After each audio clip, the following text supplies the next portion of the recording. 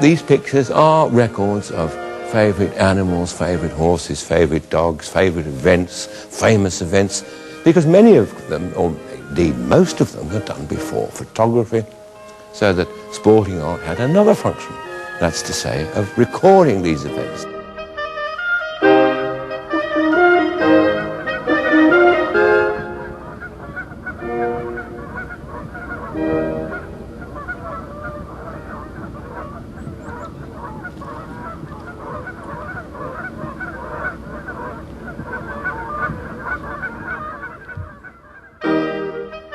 Now, sporting art generally was considered to be less important than, as it were, real art.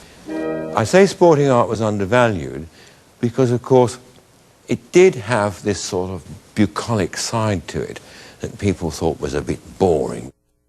Some critics claimed that sporting art wasn't important, and only for people who perhaps did not understand the finer things in life. Have a good day, John. For people like this, obviously no intellectual attainment whatsoever, and the pictures themselves having no aesthetic qualities either. This, of course, is not true. As we look carefully at the events and activities being documented, we see the great landscapes and portraits that capture relationships between man, animals, and the land.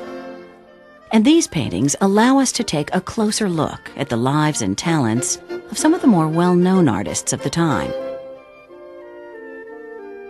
many of whom were sportsmen themselves.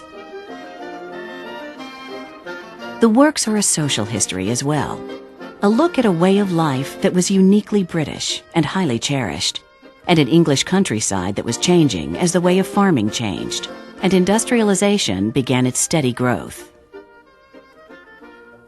Sporting art actually covers a variety of subjects: fishing and shooting, prized livestock, families playing games, exotic animals, even a dog with apparent rare musical ability.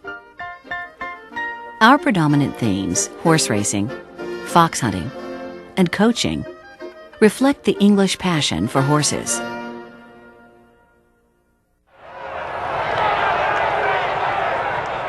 Horse racing in England was improved by the introduction of the sharper, faster horses from the Middle East.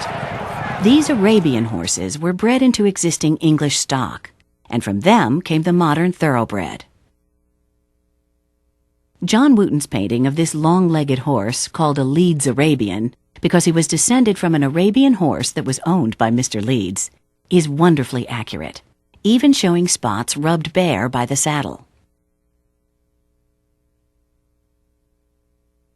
By the 1730s, John Wooton was not only well known, but many considered him the best horse painter of the times. A nobleman became his patron early in his life and probably sent him to Rome to study art. There, Wooton may have seen the horse tamers, ancient statues that still stand in the Palazzo del Quirinale. In Wooton's painting of the Leeds Arabian, we see the stance that resembles these famous statues, especially noticeable in the pose of the jockey.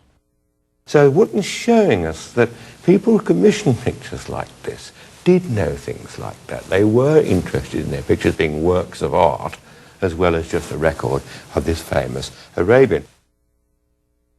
It was quite common for artists to use a particular pose in a variety of works. If we look at this other picture by Wooton, you'll see the horse is absolutely identical.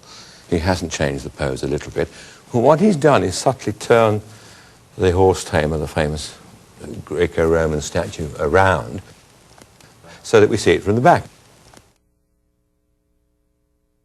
And here we see the pose used on a grander scale in a work by Wooton, commissioned for the entrance hall of a country estate. Sometimes overlooked is the fact that painters of sporting art had to be quite skilled at depicting the landscapes in which the animals were found. But I just want to remind you that Wooton was not a bad landscape painter either. We get a wonderful sense of distance and atmosphere, and of course the clouds. For those of you, as I did, who lived near Newmarket once upon a time, the one thing about the Cambridgeshire landscape, like the Dutch landscape, are these wonderful rolling clouds.